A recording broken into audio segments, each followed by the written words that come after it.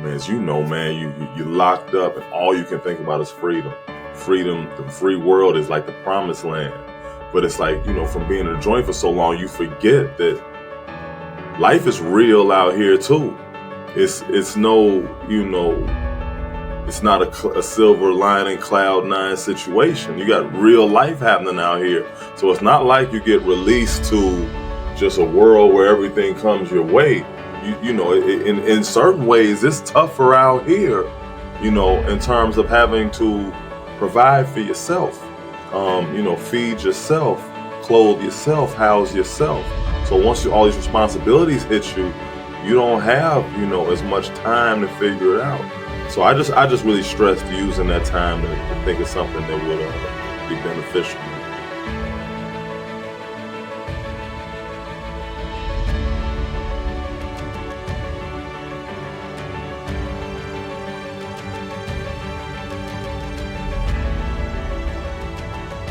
Welcome to the Path Forward podcast, and today's episode number 8, and it's special for me in a number of ways. So at this point in the first 7 podcasts that we've done, they're people that I've met since I've been released from prison and built some sort of relationship with. Episode 7, I just met this young man, but this guy I know. This guy, we were incarcerated together, and we were incarcerated together for a number of years. Yeah. And I would say that at one point, I think you lived across the hall and over one door from me.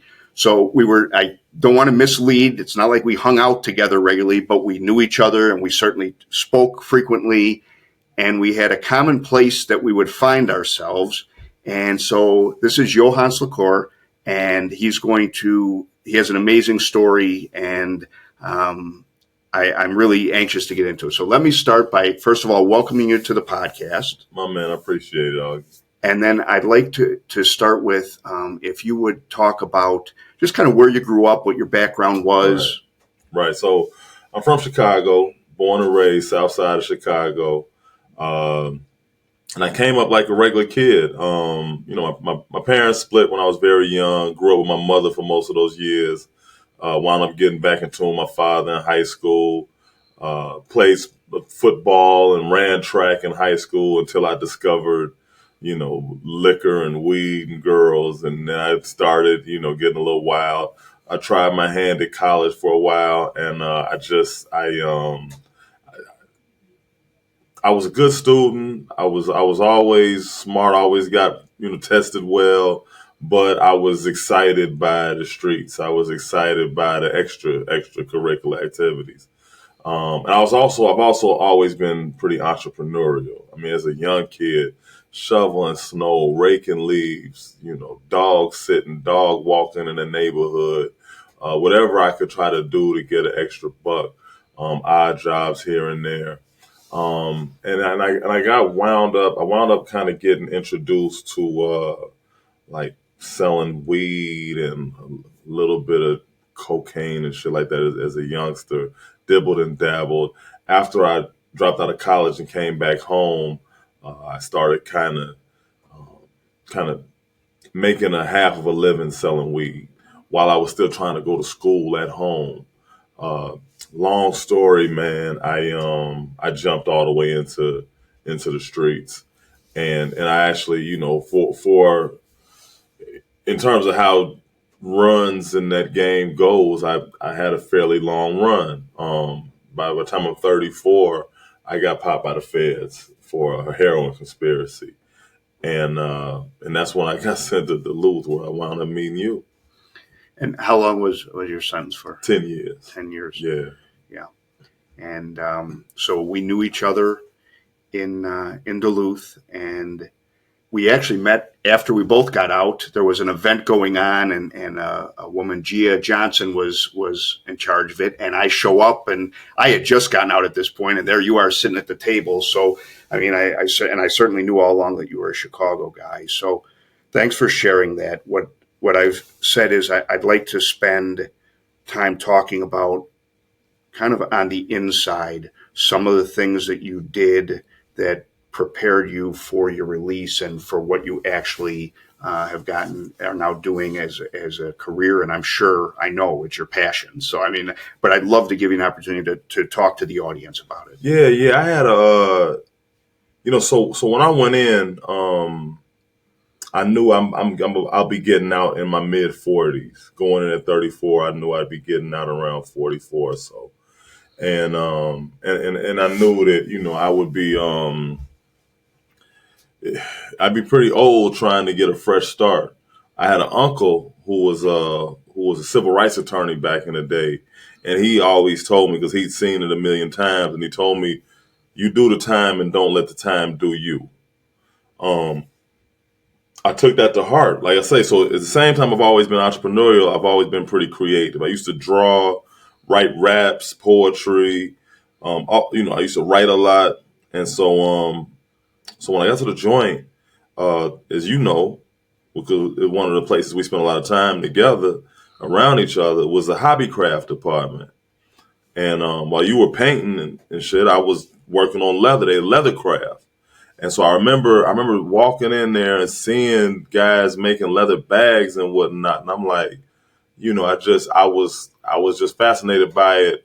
And at the time, I just looked at it as something to pass the time. As you know, the hobbycraft department was not considered like a trade. It didn't count toward any credit. It didn't, I can remember when it was finally time to go, and it, my counselor, Chelsky, is telling me, I haven't done anything with my time. And he's like, well, leathercraft, what's that? And I'm like, you're wearing a leather jacket, sitting on a leather chair, but whatever, man. But I want to fall in love with it, man. I want to fall in love with it. Just spending so much time there, and after a while, I realized that I was getting good at it. And it was one thing to sell, leather bags and wallets and whatnot to guys on the pound who want to send that stuff home to their family and their loved ones. But when their family and their loved ones on the outside start telling them, hey, somebody else wants one. Now it's like, okay, it's just easy to sell product and you only got 500, 700 people who can't go nowhere. But people in the free world are interested, and so I really fell in love with it. I really started seriously thinking, I'm going to do this when I get out. And I would tell all the guys who we were down with, man, like, look, man, y'all, you'll never get this much free time again in your life, man. You gotta do something with it. Uh, and I try to lead by example, man.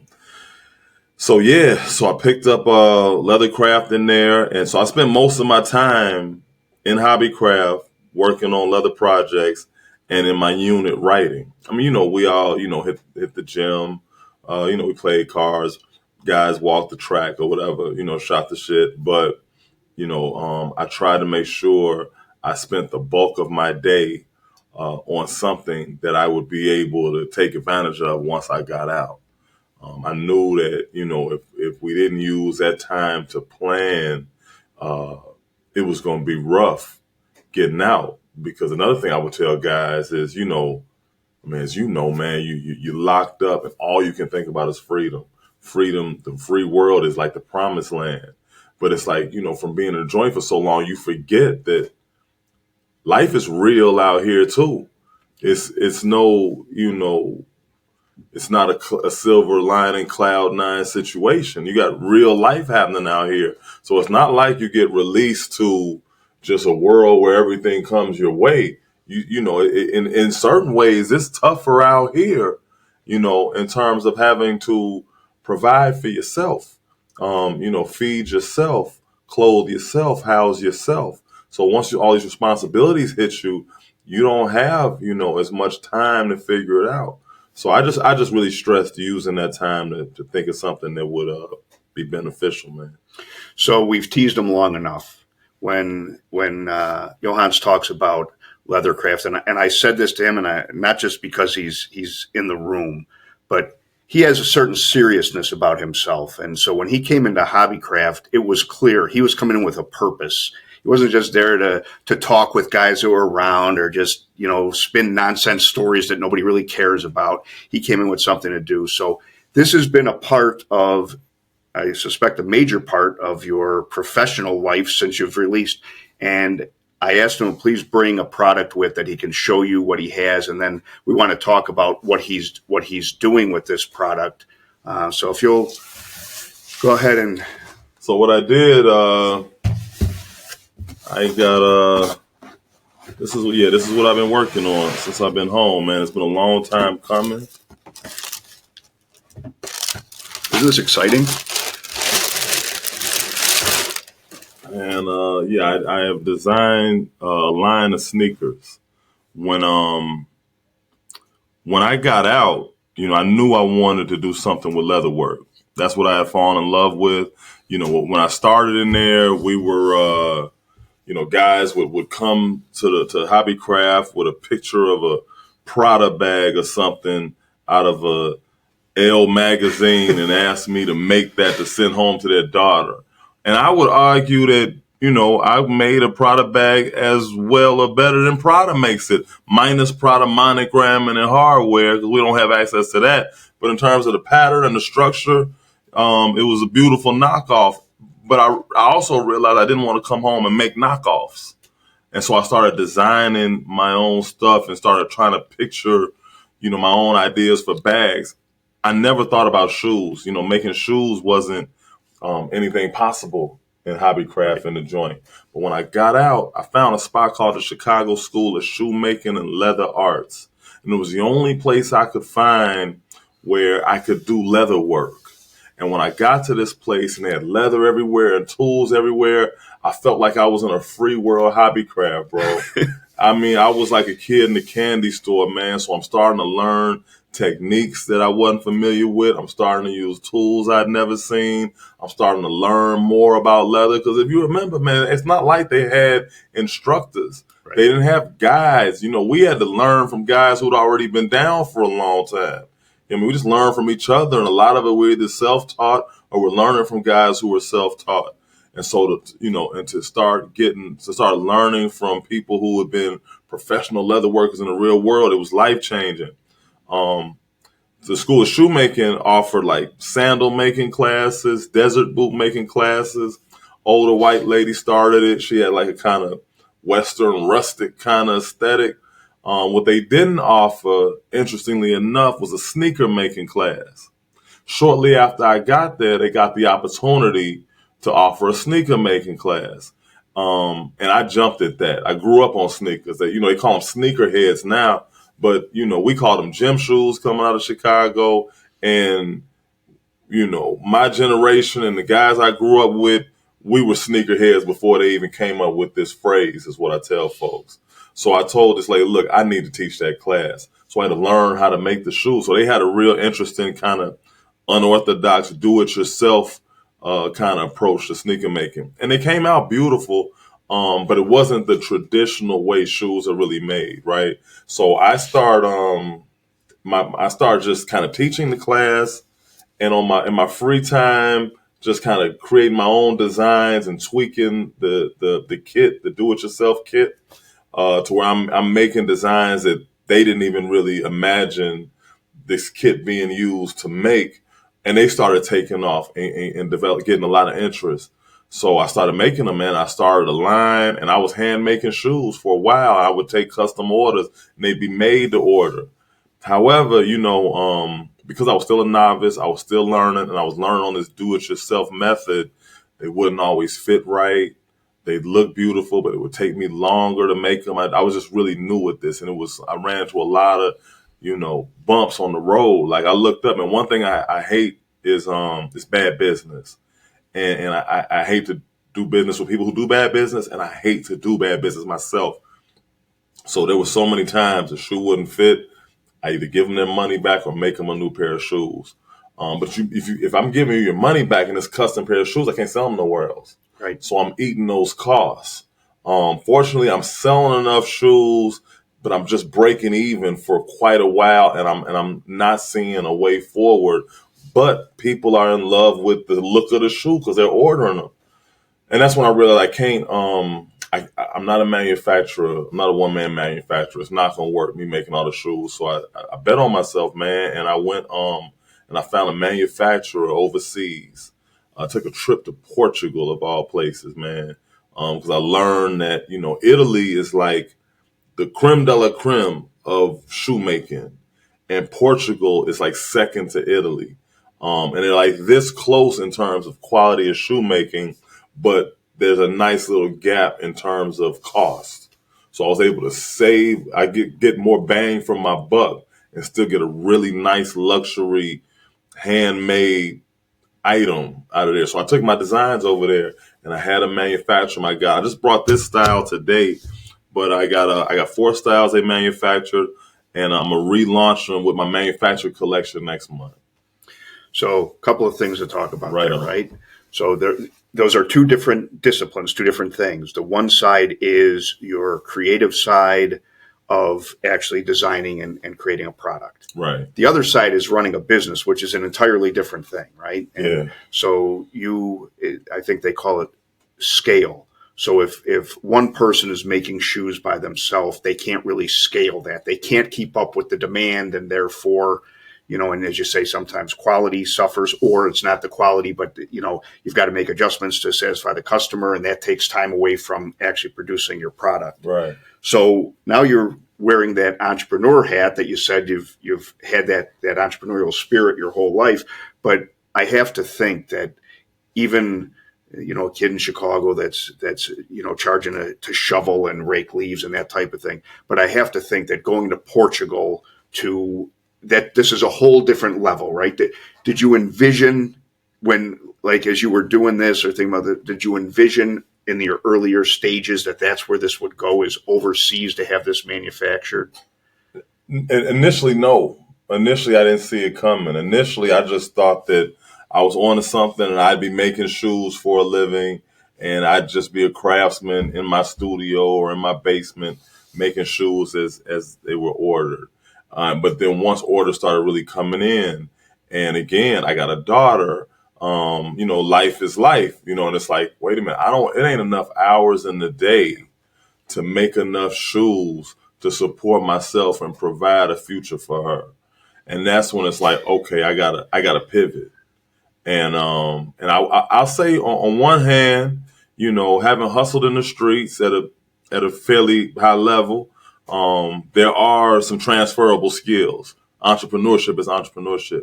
At the same time, I had a whole lot to learn because above board business, when you get to, in the streets, we did a lot of big deals with a handshake and a head nod, right? In good faith. Um, in what I call the real world, so much business is done contractually.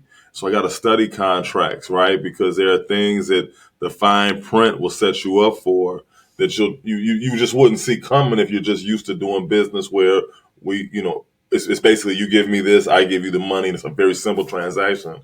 Where in terms of something contractual like this, it's just a lot of T's that need to be crossed, a lot of I's that need to be dotted. So I've learned a lot, and I'm still learning a lot just in terms of doing business at this level. So it's, that part, it's great. It's just a great story.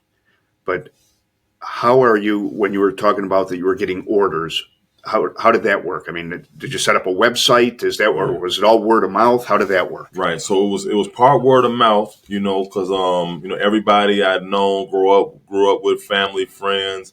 I'm telling them what I'm doing. I'm begging them to tell their friends. And what I will say, man, and this is just I feel like it's the number one rule of business. The product is the thing. A lot of people say you can have a subpar product, but as long as your marketing is tight, and that may be true, but at this level of business, a guy who doesn't have a huge infrastructure behind them, you got to have a good product. And I will say that I think if had my product been whack, it would have been harder. But because I'm putting blood, sweat, and tears into it, I had a lot of people who were willing to spread the word. But I also got out there and just kind of hit the streets, right? So I found every festival, every vending opportunity, every outdoor marketplace. In Chicago, every summer we got festivals and marketplaces all through the summer where you rent a booth. Excuse me, you set up shop for a weekend and you just sell. And so I had to get out there and just talk to people. Hey, check this shoe out. Hey, excuse me. Hey, your shoes look like you could use a new pair. Well, you want to take a look. Those are some beautiful shoes. But have you ever had a pair that was custom made for you? So it came back to the hustle. But yeah, so I got out there, and what I would do is everywhere I go, I try to get any vending opportunity I could find. I try to take advantage of any vending opportunity I could afford. I try to pay for that booth. And if I didn't sell a pair of shoes, I had a mailing list, and I try to get as much contact information, as many numbers and email addresses and social media tags and handles I could get as possible. So at least I could build that up. And if I couldn't sell you on a pair now, I'll be hitting you and I'll be mailing you and texting you with new products as they come out, and just try to figure out how to break that code. So there's a saying in business that the market tells us, and I think a lot of companies these days ignore what the market is saying. But I agree with you completely that there is no substitute for a quality product or a quality service. There is no substitute. If somebody's got a flashy marketing campaign or sales campaign, they might be able to sell a lot in a hurry, but the sustainability of that is going to wear out. Exactly. When it speaks volumes as to the way you conduct your business, when you say, well, I sold a pair of shoes, and if it didn't fit right, I would either give them their money back or I would remake the shoes. That tells that you're committed to the quality, that your name being on that product and what have you. And that's what I think. I think that's what makes a difference. I think it's old school stuff, but I think that's the stuff that's kind of will stay around forever. That people don't like to spend money and feel like they didn't get value for what they spent. Yeah, and you think about it, man. Like again, you think about our time in prison. Reputation. Once you strip men of all of the things that separates us around status, we all working with the same, eligible amount of dollars for commissary a month. We all working with the same uniforms. We all, and you strip everybody down to the same baseline. Character and reputation is everything. And so you're right. Just as I guess it's so important to me to make sure my customers, I like to call them clients, but to make sure that they get a quality product is because my name is on it and my reputation is on it. And if I give you a shitty product, then you're not going to speak highly of it, and my customers stop there. But if you have a great experience with me, absolutely, then you'll talk about that, not even for my sake, but for your own, because you enjoy the experience. Yep. And that's promotion. That's that word of mouth. Nothing beats it. Yep. And so I've got a pair of your shoes. I'm wearing them, and somebody says, "Hey, those are where'd you get those?" And then they get into right away. They jump in enthusiastically. Bam. And now the person they've just told this to wants to check it out. Yeah. Or say, you know what? My son's graduating high school. I think I want to get him a pair of those for his graduation. Exactly. Whatever it might be, right? Where if their experience is the opposite and they don't feel that they got what the value of what they paid, that's how they're going to respond too. They say, I got these online. And that's the end of the story. So I mean, clearly, but it takes a special kind of mindset, a special kind of person to commit to that quality, because we're in a world where, you buy something and it falls apart and it's just, okay, that's the way it is. I'll just buy something different. Right. All right. So we've got, I'd like you to, because I think that the camera is right up there. So maybe kind of describe what this is and give a good view of it, because Gotcha. I know I don't use the term sneakerhead, so I'm just borrowing that, but Gotcha. I know there's plenty of men and women that are watching this that would qualify, and they want to see what these things are all about. So please go ahead and show what it is. Yeah. So I call this shoe the Redemption.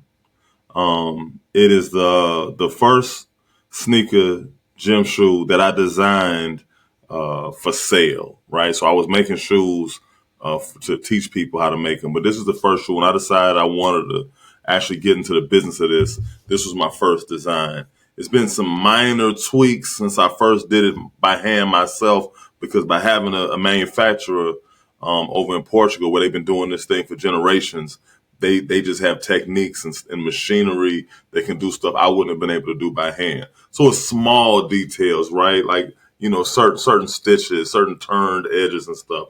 But this is, I call this the Redemption. Um, and I call it the colorway. I got a title, a name for the colorway, which is Bordeaux Bovine, right? So Bordeaux is like a off red. This is for the color. This is crocodile print. It's not real crocodile, but it's crocodile print, which means it's real leather. But they treat the leather with a stamping machine that imprints the print of crocodile on it. And what you'll discover is that, I'm just being forthcoming and transparent. A lot of high end luxury, from Gucci to Prada, to a lot of them are using crocodile print. Now, some of their products are real crocodile, but those are the purses that are upwards of $20,000 and $30,000. They got $7,000-$8,000 handbags that are crocodile print, right? But it's still genuine leather. So we got this rubberized logo, which is something I couldn't have made by hand. And I call it Bordeaux Bovine again because of the color for Bordeaux. And so bovine is a male cattle, right? Which would be a bull, and the female bovine is a cow, right? And so and I called it that for a couple of reasons. One, the leather, it comes from cows, from cattle, bovine, right? Two, this colorway, it's not a true red, because I wanted it to change a little bit, but it was inspired by the first Air Jordans. And those were, when I was growing up, they got the Air Jordan, they got them numbered, the 5s, the 10s, the 16s. I think they're up to like damn near the 30th edition of Air Jordans. But when I was growing up, the first Air Jordans, we didn't call them Air Jordan 1s because they were all that there was. But they were red, black, and white, just like the Bulls colors. So this shoe, being a high top, was inspired by that. But I kind of wanted to imagine a luxury, kind of mature, kind of grown and sexy, if you will, version of that shoe that I was in love with, but could not get because of how expensive it was when I'm in the 6th, 7th, 8th grade, right? So this sole is called a Margam sole. It's straight from Italy. This is the same sole that Louboutin and all of the high end designers use. It's probably the best, what they call a cup sole on the market. All the leather is from Italy, handmade in Portugal. And yeah, it's a really comfortable shoe. And so I'm going to have this shoe in 2 colorways. The next offering will be like a baby blue camouflage, just perfect for summer. And then I got a low top that'll be out as well. And yeah, man, I done put this shoe is like I got out 7 years ago. I probably designed this shoe 5 years ago. Took my hand to selling it, handmade myself in the street. Did pretty well, but ran into the obstacles I told you about. Probably a couple of years just in the manufacturing process, me learning how it goes. There were times I was hesitant to pull the trigger. Like, is this right? Is that right? It was the biggest investment of time and energy I'd probably ever made in my life.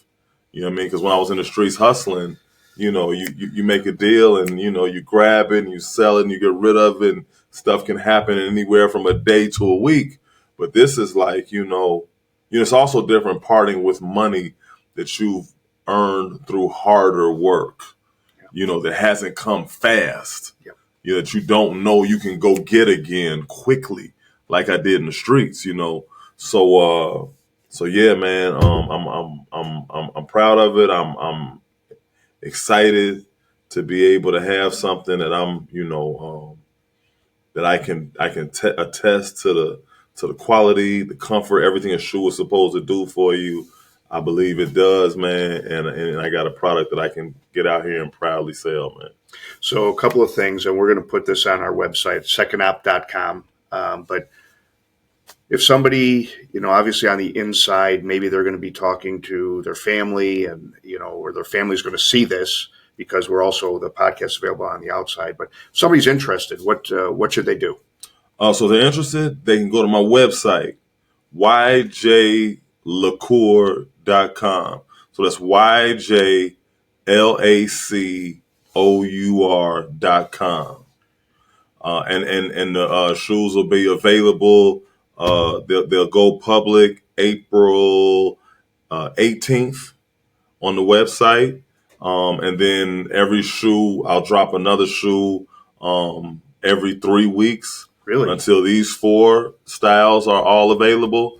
And then I'm, as soon as, I got to treat this like the industry I'm familiar with. So as soon as I've sold enough product to have enough money to go back and get another batch produced and manufactured, I'm going back and I'll offer all new colorways and a new style.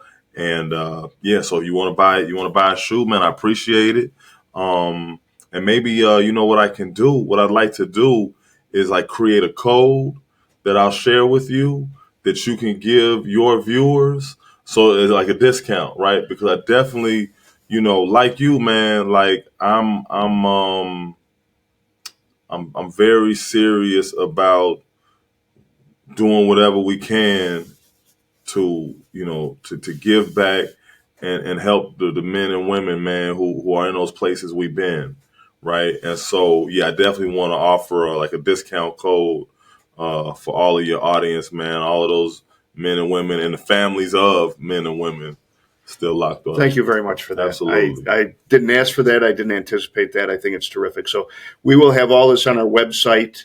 If you're seeing the podcast, I think that we'll have it on the screen, so you'll be able to see his website right on the screen in front of you that you can copy down and share that with your family, or certainly tell them to watch the Path Forward podcast and they can see it for themselves. So to that degree, I'm anxious to see what the next ones are going to be. Right. So it'd be good. So if you're talking about over 12 weeks, so you'll release them like through the summer or into the summer. Yeah. And then you'll got it. So good things there. I appreciate you. I appreciate that we've known each other a long time and that you took time from your busy schedule to come and sit with me so we could do this.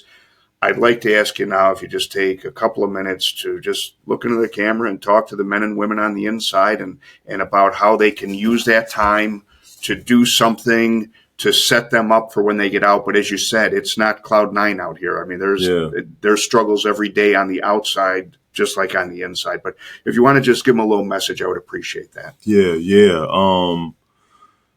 Look, I've been there. We've been there. And I know it's daunting, man. I know it can be times when as bad as you want to get out here to hit the streets, man. I know it can be it can cause anxiety. It can make you anxious because you don't know what awaits you. How you gonna make it happen? How you gonna get back to taking care of your kids? How you gonna get back to taking care of yourself without risking your freedom again? Look, man, I think the most important thing to do is not get caught up with what other folks are doing. To not, there were so many times that I was so tempted to pick that bag up again, to go back to some of my old ways, because, oftentimes what happens is, as a gesture of genuine love, the people you've known will offer you a way back in. Guys will tell you, look, you can pick up where you left off. And as far as they're concerned, they are trying to do you a favor because they're giving you what they themselves would want. But you know where it goes.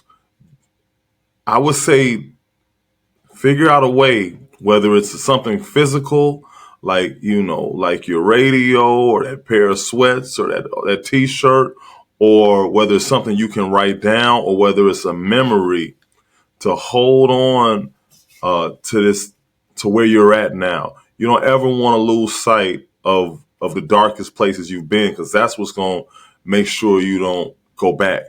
right? And bigger than that, like I said earlier, you'll never have the opportunity. I know some prison environments are rougher than others, but what I do know is you'll never have the opportunity and the free time to plan the way you do now. Use it. The truth is, there is something, even though the system is not really designed to rehabilitate, it's really designed just to warehouse. It's like a profit racket for a lot of, the federal and local governments. But you can make the decision to spend your time planning. You got to keep your head down, put one foot in front of the other. You've been through the darkest days. You've survived off of damn near nothing. You can come out here and sacrifice a little longer. The sacrifice does not stop when you leave those prison walls.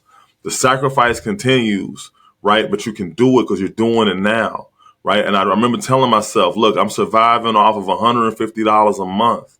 I can go out, if I got to go home and cook and continue to cook ramen noodles and eat mackerels for however long it takes. That's just a sacrifice I have to make because I'm not coming back here. I'm not going to do that to my family. I'm not going to do that to myself. There are so many people who will never go home. And if those people have hope as well. Not only do laws change, there's a lot you can do from those prison walls. When I was in the joint, I was writing articles. I was sending them to magazines. If you put your head to it, you can create a way out.